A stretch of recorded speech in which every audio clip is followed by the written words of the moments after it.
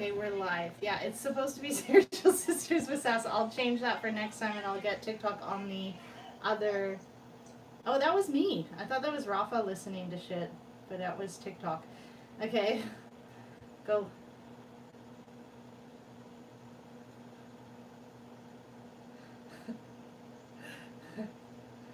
Okay, hold on.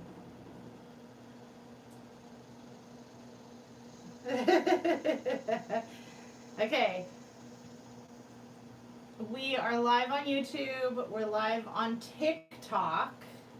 And then, fuck it, I'm just going to go live on Frik-shuhn Instagram. Or this is Modern Yoga. No, I'm going to go live on Frik-shuhn. Sweet.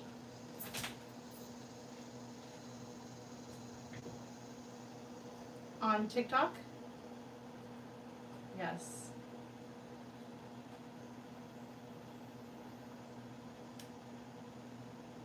Okay. There we go. Okay, invite you. We're almost there, guys. We're so close. Hey! No.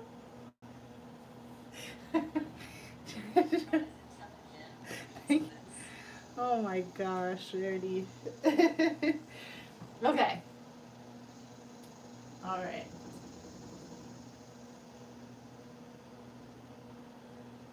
Okay, you ready? Okay.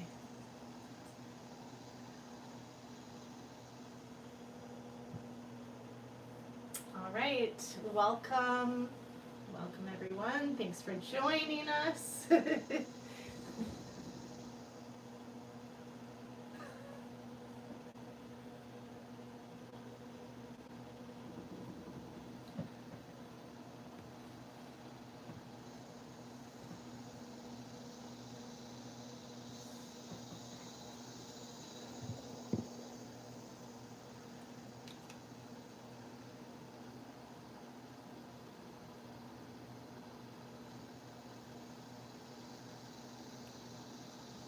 Podcast that we've talked about the different things that she's kind of gone.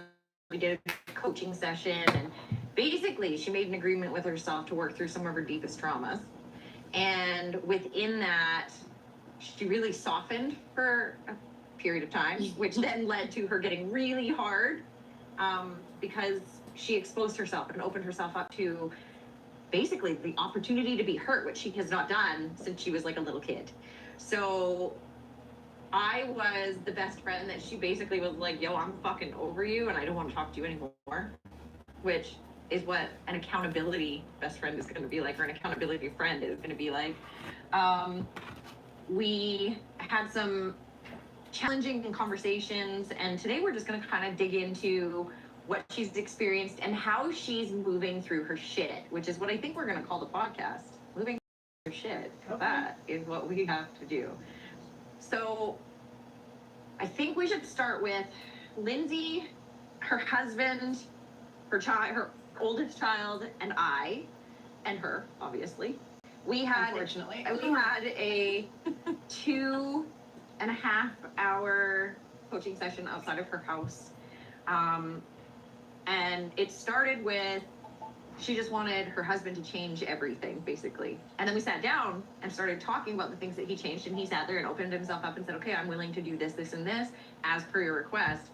And then I said, okay, and what are you gonna do? And she was like, well, I feel like you're ganging up on me, and I just don't wanna have this conversation. And I was like, I think that your ego's out, and I think we need to dig into this. And she sat there literally like this little child who was like, fuck you. And then I said, hey, I'm gonna hug you. And we did talk about this in one of our podcasts. And I said to her, like, hey, I'm going to hug you. Are you okay with that? She was like, no. So I didn't hug her. I let her sit for a second, for a few minutes. And then I came to her and I was like, look, I'm just going to love you. I can see the little girl in you needs the love. And I pulled her up and she was open to it. I hugged her. I was not open to it. You fucking forced me. But also I wasn't like forcing. No, you didn't. No. Like I wasn't. It was a non-negotiation. There was no negotiation. She knew she needed it. It wasn't physical force. It was emotional. Yeah. Okay. Yeah. We're just clarification. Yeah. So I did force her into something that was super uncomfortable for her, but hugs are yucky. I mean, I don't like hugging. I don't like physical contact at all, especially when I'm in that mindset. Are you open to telling them why? You can say no. You can absolutely say no. You know what I just Like, did? this could connect I with other people literally as well. just sat on my mastermind and told my mastermind everything that was a skeleton in my closet today. Everything. It's hard. And like, even like, because like I've talked to a few people about it, but like, I've only told, like, Cole was the first person I ever told, and I was like 28. Yes. And then Cole was the only one that knew until Merity knew, like, 3 years ago, like just after Monroe. So like, I mean, I've told a handful of people. Yeah, she told the 5 people in our group coaching. Yeah, and like there's a few other people that like if they ask or we're like on the topic of like me trying to relate to them, like I just make it so that I understand because this happened, but it's not something that like I'm like totally free to like bullshit about with everybody and like fucking this is what happened, blah blah blah. Like it's still really like it's a hard subject. So I was molested as a child by my mom's husband, and it was a reoccurring thing for a very long time. My mom was a raging alcoholic, and her only concern was getting drunk. So on the nights that he decided he wanted to do whatever it was that he wanted to do, he would get her past the point of inebriation, and she would pass out, and then he had the freedom to do whatever because he knew she wasn't going to wake up. So whether or not she knew what was going on, that was something like, and then he would tell me if I told anybody that he would kill my mom and he would beat the shit out of me and I'd be stuck with him forever and he wouldn't let me see my grandparents and like all of the things you could possibly say to a kid that would scare the living shit out of them is what he would tell me. So I didn't tell anybody, and then I finally told a counselor, and the counselor showed up at the house while my mom was at work, explained the situation, and left me there. So that was the beating of my life. That beating landed me in the hospital for quite a few days. I had a very serious condition when I was a kid that it was a beating that almost cost me my life. So it was very scary, and then I just completely set a wall up because I was like, I can't even trust a counselor who's supposed to help me and protect me. And then growing up, I was like, I don't need a fucking counselor. They never did anything for me. I don't need help. I don't need your help. I don't need your help. So then anytime somebody like Cole would come into my life and I'd start to feel any sort of way, I'm like, ooh, this is yucky. Like, I'm out, man. Like, I don't like this. I don't like that you can hurt me. I don't like that you're gonna take advantage of my vulnerability, all of the things. So like, I would drink. And then people could get whatever they wanted from me because everything was down because I was drunk. So it was like, oh, it's a fucking vicious cycle of shit, man. It really is. It is. Yeah. And so in that, if you touch her unwanted, it takes her back to that place. Ooh, and I just want to hit you. Like, so I just want to, like, hugs are gross. Yeah. You put your hands on her without permission or without asking or without her knowledge. Sober. Her immediate reaction is, oh my God, and she pulls back. Much like if somebody starts yelling at Lynn, her reaction is, oh my God, I'm like ready to be hit. Yep. So there's an automatic survival reaction that happens to us, and we've talked about this through our podcast.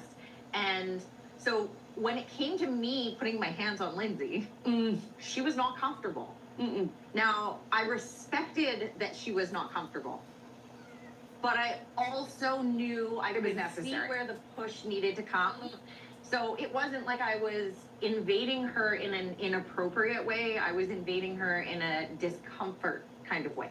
So there is these different ways that you can do it. And within that coaching session, I literally made her hug me. I felt her release into me as I hugged her. And then I asked her husband to come up and hug her as well. It was a lot harder for her to allow him to do so. But then after we finished the conversation, she processed some of the feelings. She then went and was like committed to the things that she had said she would do. So she would come home every day. Her husband actually made a point to her, which we both thought was really interesting.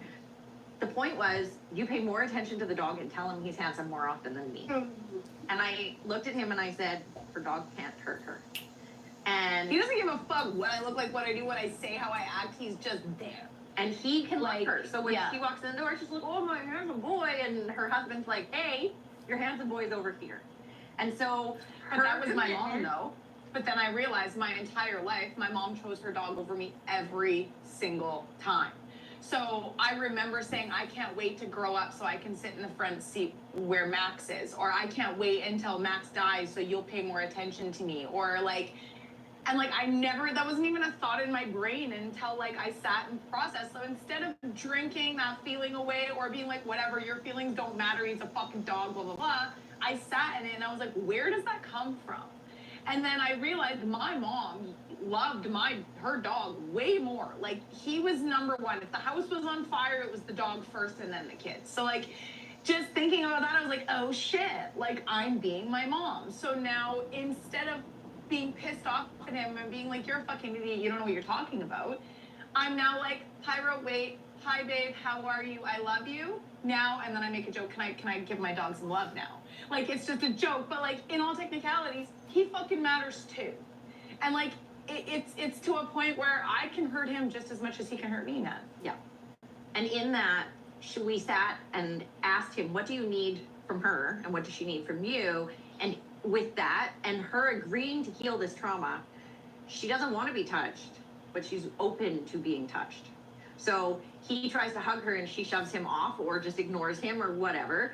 And he said, I need you to not do that. I need you to hug me. I need to be touched. I need to be loved. So when she walks in the house from the gym in the mornings, she would grab his face, hold his face, talk to him, give him a kiss, tell him she loved him and she appreciated him. The other part of the agreement was every night before they go to bed, they need to give reasons that they're grateful for each other, no matter how pissed off they are.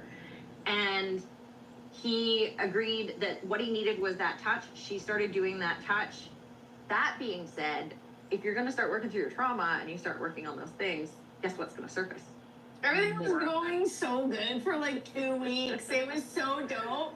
I was like, this is it. Like, we did it, and then nope, boom, something else came up instantly. And it was really interesting because the excuse for her behavior that kept coming up was, it's because he is doing this bachelor party, it's because he's hanging out with his brothers and they behave badly. And it's not like these aren't true reasonings or excuses, but for it to affect me the way it did was unnecessary. And in our conversations, I kept saying, like, okay, but why is this bothering you so much? Dig further into it. Because well, it's he him. did this, because he did that, because he made me feel some sort of way, because he isn't doing what I'm expecting him to do. But in all realities, I should never allow somebody to make me feel some sort of way, because the only reason I'm feeling some sort of way is because I want him to stay home with me because I'm having a hard time and he's gonna go hang out and, you know, have a good time with his brothers while I'm sitting here trying to go through my shit, and that's not fair.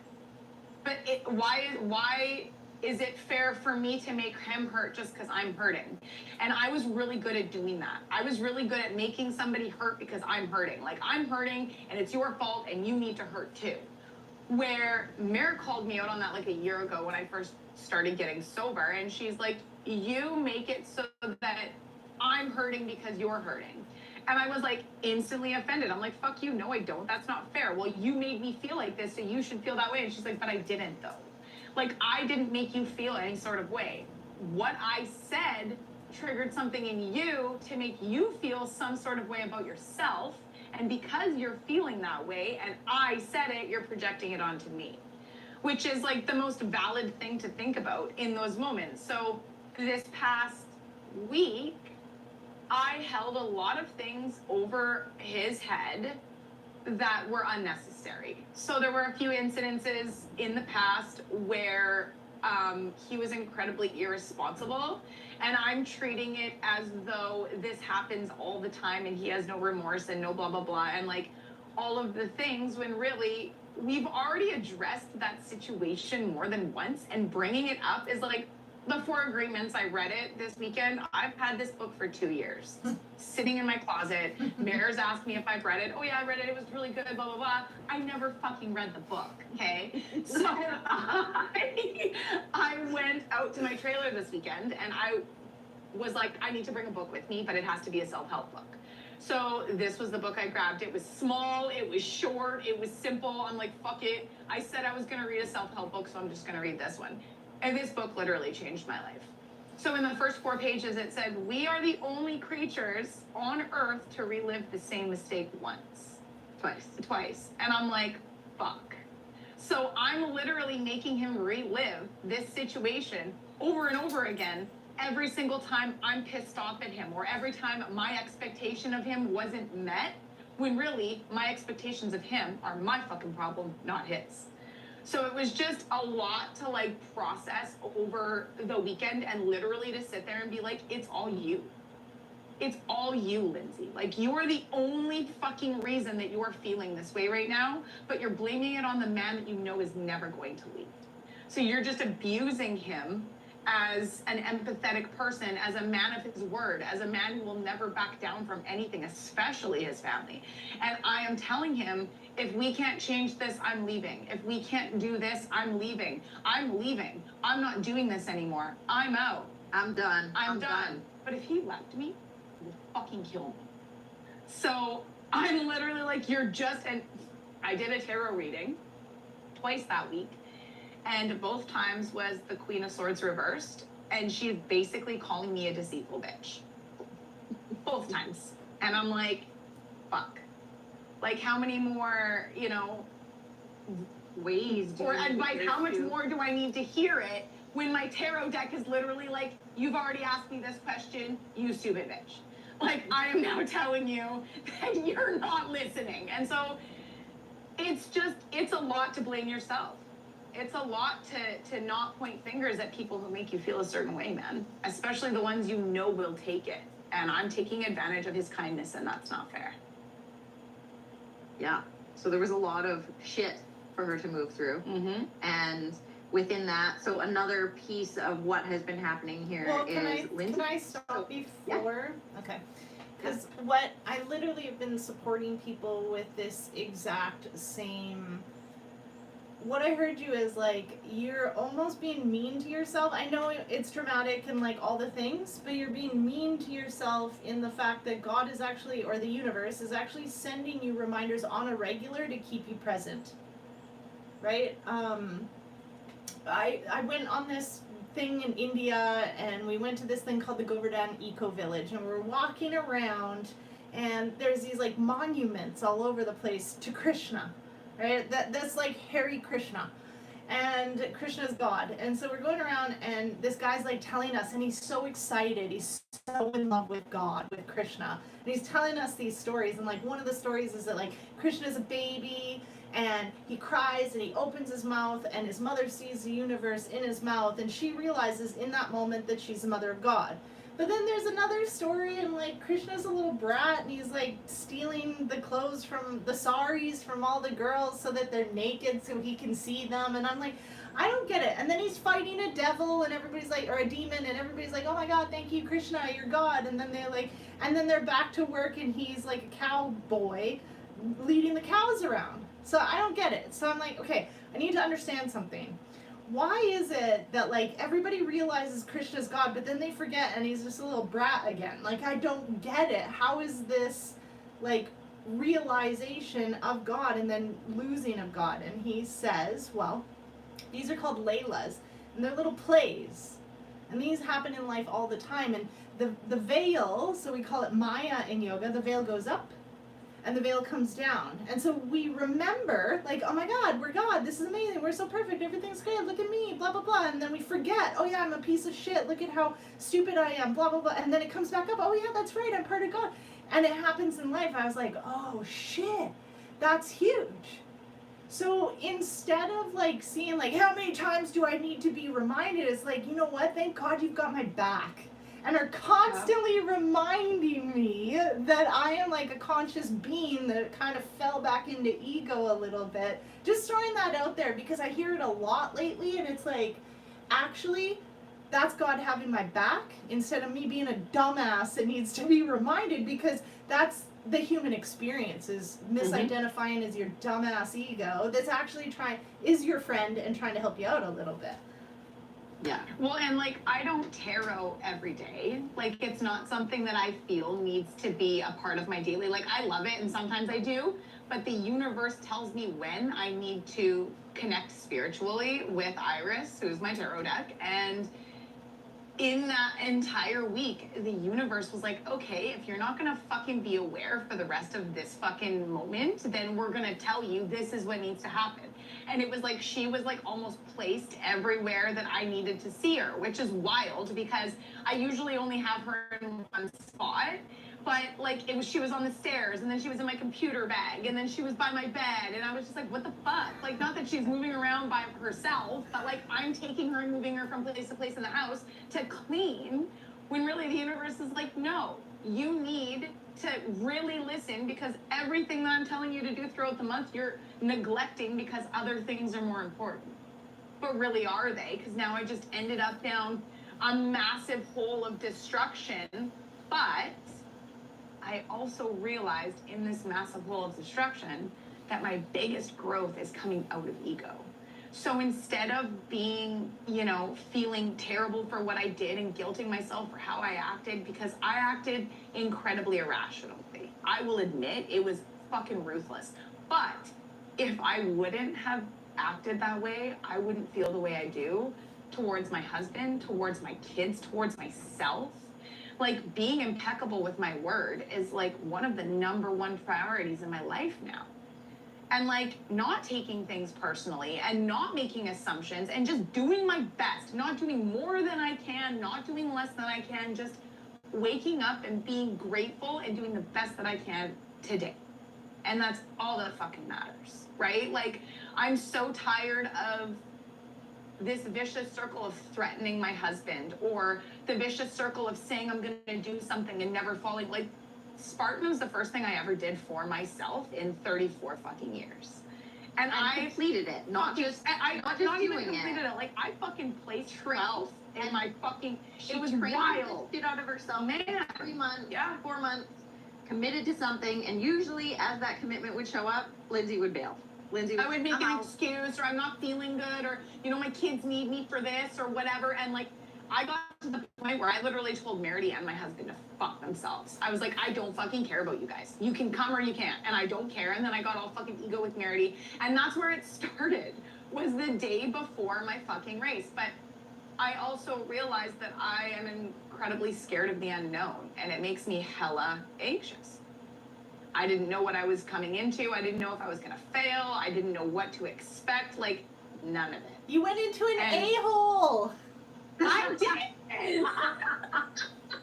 I go into a-holes probably 2 or 3 times a week, okay? Like, I can't lie. We get out of them real quick. It's sticky for a moment, but it's all right, Shit. Now you have to explain what a hole is. I just made that. Not that I've participated in ketamine, but one thing that I know about many of my friends that are into psychedelics is that when you kind of go on a bad trip with ketamine, you fall into something they call a K-hole. And it's kind of like you're stuck in it, and you can see that there's like a world out there, but you're really stuck. It's very like anxiety and producing. It's really shitty, right? Okay. Happens a lot to people, maybe if you take too much or you have a bad trip. It's just part of it. And so I've heard about this, people talk about it all the time, and my partner more recently had like a panic attack really in front of like people. He was in a situation where it wasn't the safest, and he didn't know the people, like knew them, but not really. He went into an a-hole, so now that's the joke. So now we know Lindsay goes into a-holes too. Yeah. It's so funny because it's so not what you expect when someone says you got into an a-hole. It was sticky. It was sticky for a minute, but I got out. Yeah. So funny. But yeah, so it's been really interesting to also watch her work her way through it.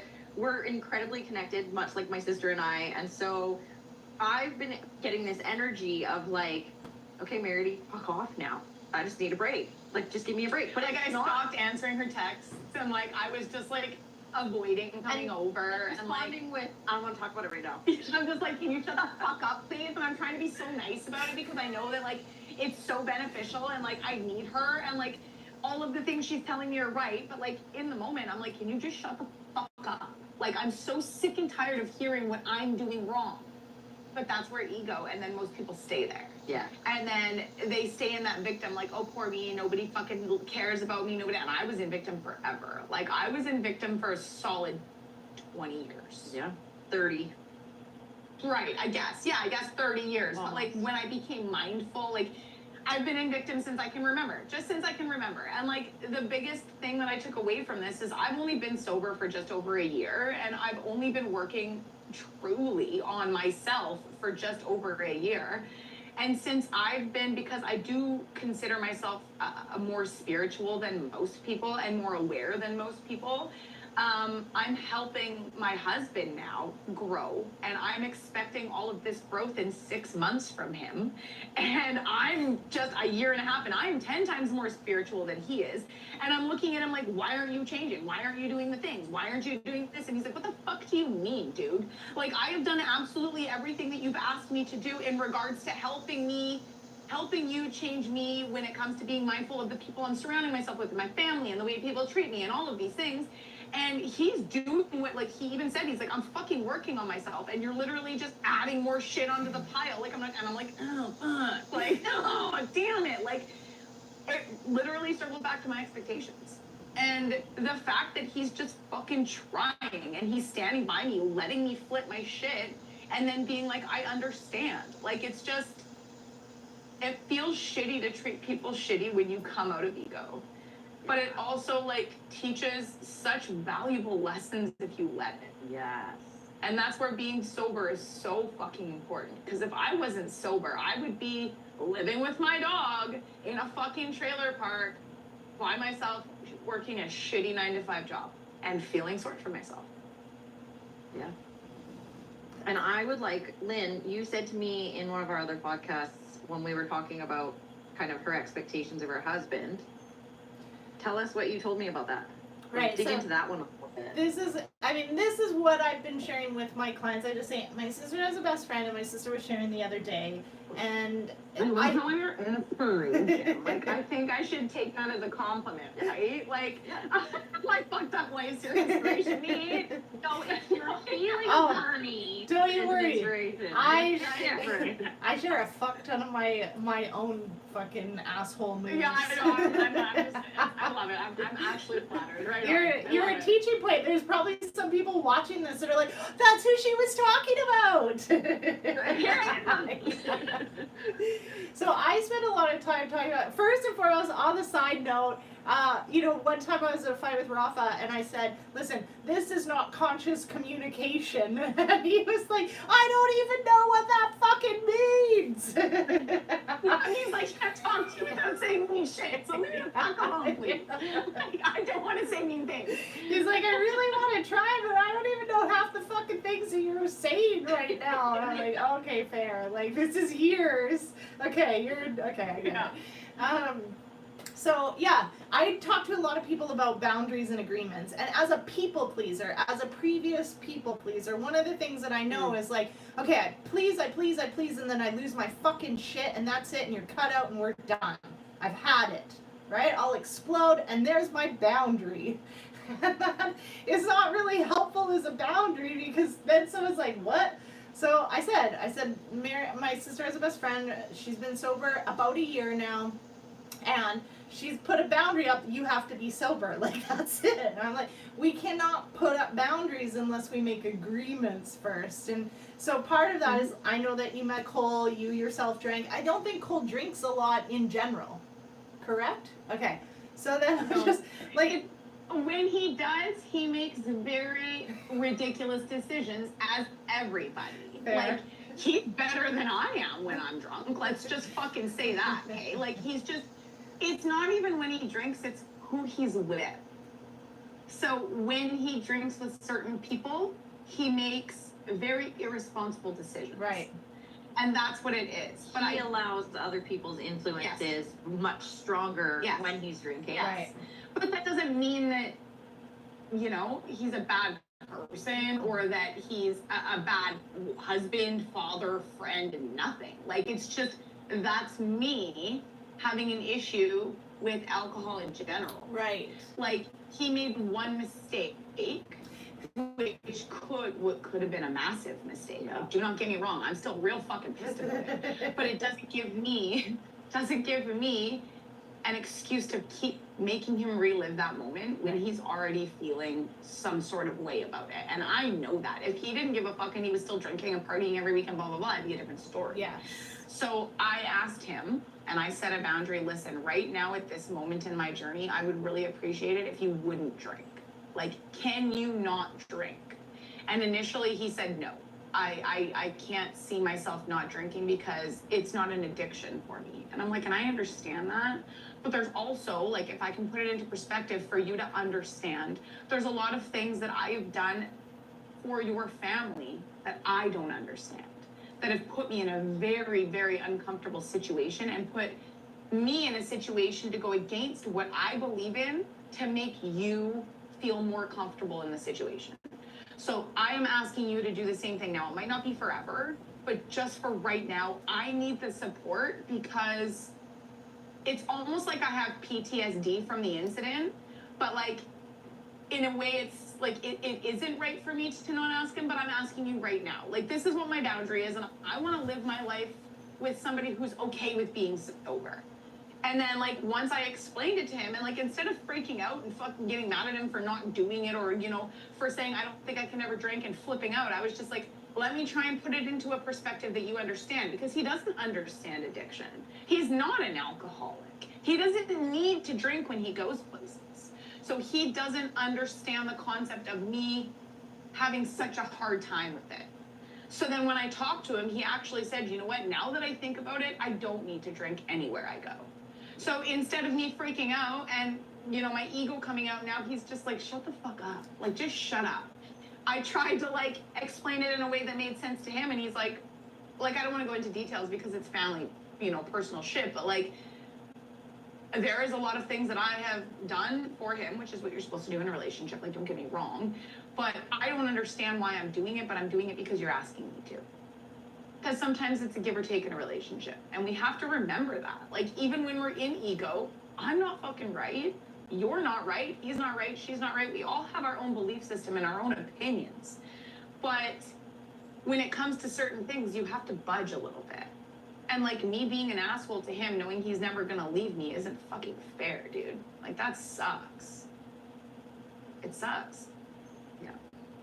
I like that. And the cool part is there's a couple things that we've had conversations about that was really good for me to also look at, because during some of this, I also got triggered into ego.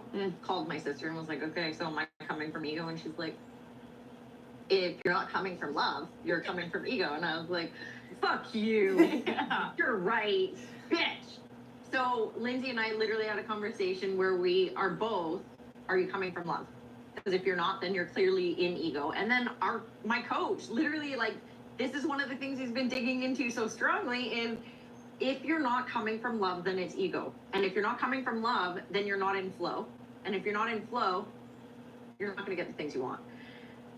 Not just that, but one of the conversations that we had, Lindsay asked me before the 2.5 hour coaching session, she said, like, I think I want to be a little bit softer in the world.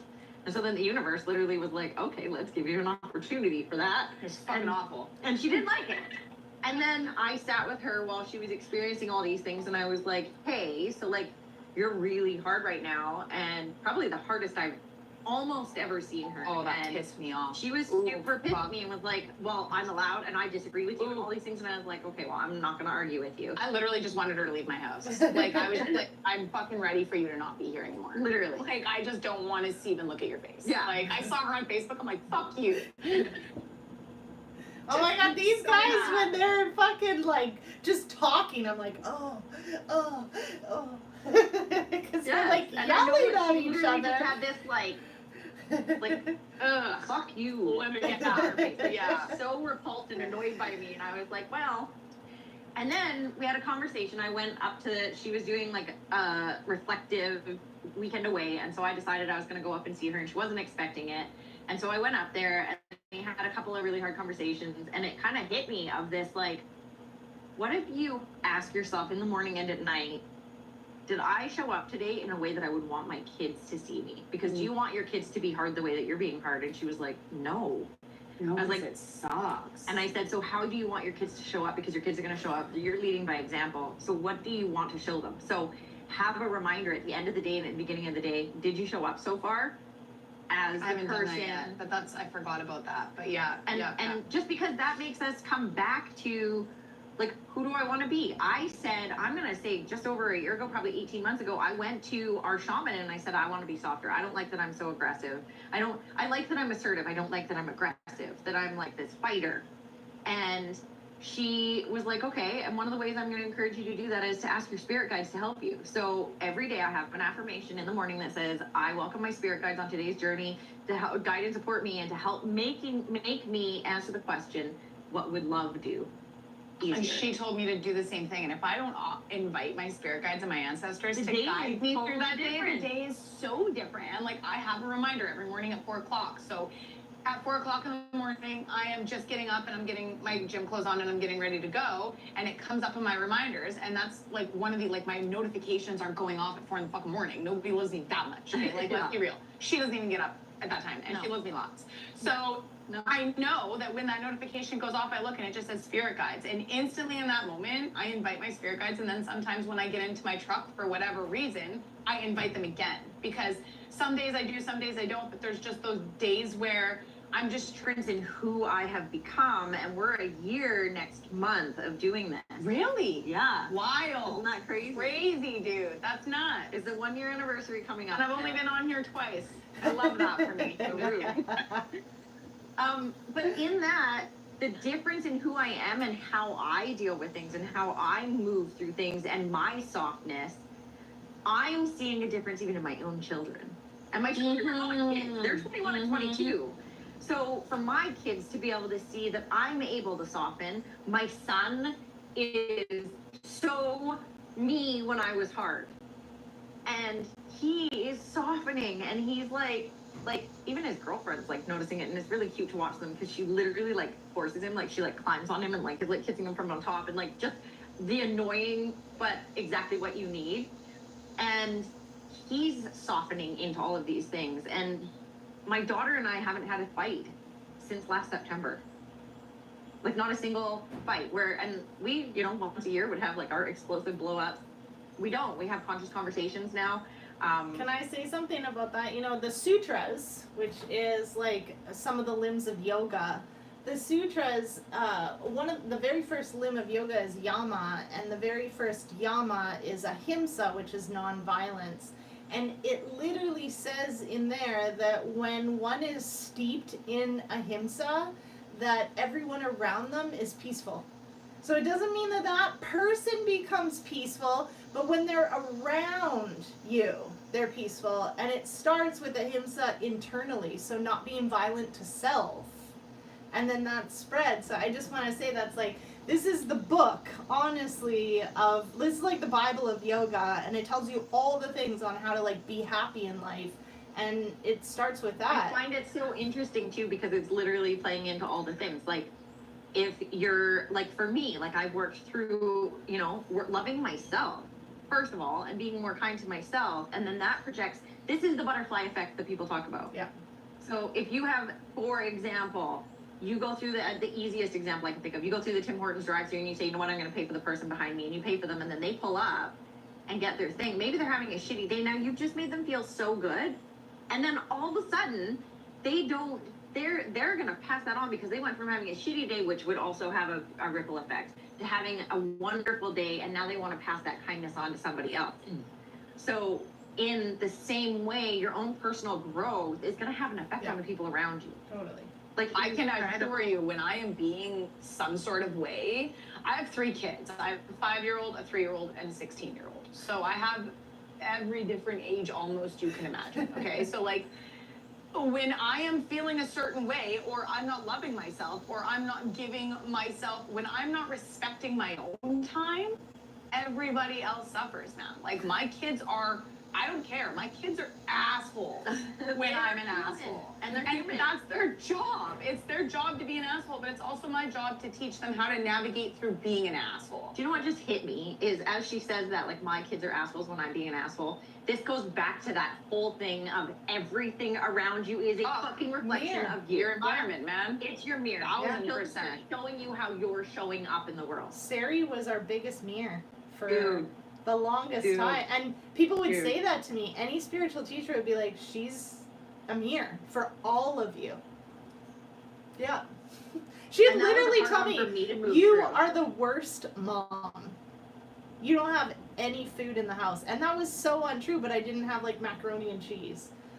Yeah, oh fucking, Yeah. I'm sorry, I want your life to be good. Like, I'm looking at my kids and I'm like, I keep you alive. Yeah. And you just have the audacity to show me such disrespect. Like, what do you mean? And children are such a perfect place to look at that, because Yeah. if your children are disrespecting you, it's because you're disrespecting yourself. Yeah.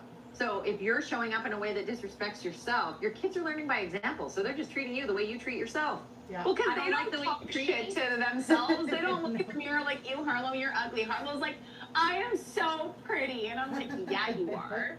Like, and that's the thing is, like, society beats that out of us. Like, growing up for me, it was very conceited to love yourself. Yes. Or to think that you were beautiful. Or to have that time for yourself. Yeah. Like, Cole's grandmother, like, whatever, I'm not, but she's like, what do you mean you need time by yourself? We never had time by ourselves. And I'm like, that's why you're so fucking Yes. crazy. Yeah. He's so nice Duh. about it. I'm like, that's why you're not. Yeah. That's why you grew up crazy. Yeah. Because you never took that time. And that time's, the more I'm like, I need some quiet time, they're like, oh, okay. Just go have your quiet time. Like, they know that it's so important. And that's, as women, we feel like we're not allowed to have that time for ourselves because we need to be taking care of everything else. And that's what I teach. No, absolutely not. Your kids don't even come first. Do you know how in an airplane they tell you to put your mask on first and you're like, that's fucking stupid? How's your kid gonna survive if you don't have any fucking air, homie? Put the mask on yourself first and then focus on the kids after. If you're not whole here, neither are your children. And that's one thing I'm really learning, that if I don't stay consistent and impeccable with my word, because when I say it, I know that I need to do it, that's when things start falling apart. And I'm showing my children to quit when things are hard. And that's also shitty. Yes. Mic drop, bitch. Yeah. And there it is. Yeah. So this is moving through your shit. Mm-hmm. And stop avoiding it, because you're literally just procrastinating the inevitable. Avoiding it. Absolutely. Like, Yes. you're procrastinating the inevitable, and when the inevitable hits, it's going to be a hell of a lot harder then than it is now. You're perpetuating your bullshit. Mm-hmm. That's what I said last week, right? Like, under all the sad, grief, trauma is the happiness. But you gotta get that shit out, otherwise Oh you're my just God, I can tell perpetually you in that sadness. This past weekend, and feeling and hating and being an ego has literally changed my life with my husband, with my husband and myself. Like, not even Mare, because Mare and I, like, I've come in here and literally yelled in her face in her kitchen. Like, we are just there for each other. I don't do that anymore. And that was older than me. But, like, it was such a rewarding experience to come out of the ego. And, like, I've never done that before because I've always drank, or I've always found ways to, like, eat and cover up my feelings, right? So, like, even this weekend, I did eat off track, quote unquote, but I didn't sit there and, like, I would have literally gone to the store and intentionally bought every single thing that I could eat, chips, candy, and eaten it all because it made me feel good in that moment, when really now I'm just coming out of it feeling like a bag of assholes because I ate like shit, and still feeling the feelings because the food didn't make them go away. And neither does the alcohol, neither does the drugs, neither does the gym. None of that makes it go away, because at the end of the day, it's still going to be there unless you work through it. And working through it has literally made me, like, I'm a completely different person. And it took a week. It took a week of feeling shitty. And that sounds like a long time, but if I look at 10 years from now, a week isn't a long time. And not just that, that kind of leads to, where will you be if you start now? Right. Where will you be in a year? It's either one day or day one. Right. Get to choose. And I'm hella grateful I'm doing it right now while my kids are young. Like, she started, you know, like, you started 10 years ago. Yep. And 30s. you know what I mean? And, like, I'm starting right now while my daughters are, you know, in their, like, youth. And it's even teaching my son. Like, he's 16 and he's come out of a really hard moment in his life, and we're navigating through it. And I'm just so grateful. He's like, I'm just so used to you just yelling at me all the time. I don't do it. Like, I didn't know anything about myself or love myself enough to, like, you know, have a conversation. I'm just yelling for the sake of yelling because that's just how you get in shit. You get yelled at or you get beat. And I'm not going to beat you, so I'm just going to yell at you. Yeah. So, like, the communication, even, like, this morning, I was yelling at him for being sick, and I, like, raised my voice because I'm annoyed because he's not taking care of himself, and he's being an idiot, and it's his fault that he's sick. And he's looking at me, he's like, yeah, but you don't need to yell at me. And I'm like, you're right. I'm sorry. I don't need to yell at you, so I'm going to tone it down, and I'm going to explain why I'm feeling so frustrated. Whereas 5 years ago, if he would have been like, you don't need to yell at me, I would have been like, what the fuck do you mean? Like, I would have, you know, set us off. It's triggered. But, like, it doesn't need to be that way. And I also don't want to raise my cortisol levels any higher than they already are. Yeah. I'm just putting unnecessary stress on my body and just all the things. I'm just trying not to stress about things that don't matter. And him not taking care of himself and being sick isn't a big deal, but I'm irritated. It teaches And you're him. going to know. Exactly. You're going to know I'm irritated because I'm allowed. Because I'm your mom. So, there's that. Yay. Okay, well, thank you, Lindsay, for joining Absolutely. us again. Definitely. And thank you, everyone, for joining us and your following and all of the things. We actually did some, like, analysis today, and we were really excited that we have some consistent followers, and we want to keep doing this. Yeah. So thank you guys for joining us, Yeah. and we appreciate you. Okay. Bye, Bye, everybody. everyone. Recording stopped. All right, so we had someone on here, Rodolfo, and he was on the whole time. So Yeah, thanks for joining. I saw that too. Yeah, that was awesome. Somebody We watched the appreciate you. entire time. Yeah, being here. So hopefully that was Thank you. entertaining for you. Okay, so bye TikTok. Thank you so much for coming on. I'm gonna end the live now. And then Instagram I ended, and then YouTube we had a couple people come on. So that was just a Frik-shuhn YouTube, and this is like the behind the scenes. There's all the things, and I'm gonna end this. I don't know what happens here. How do I stop it? Are you sure you want to stop streaming?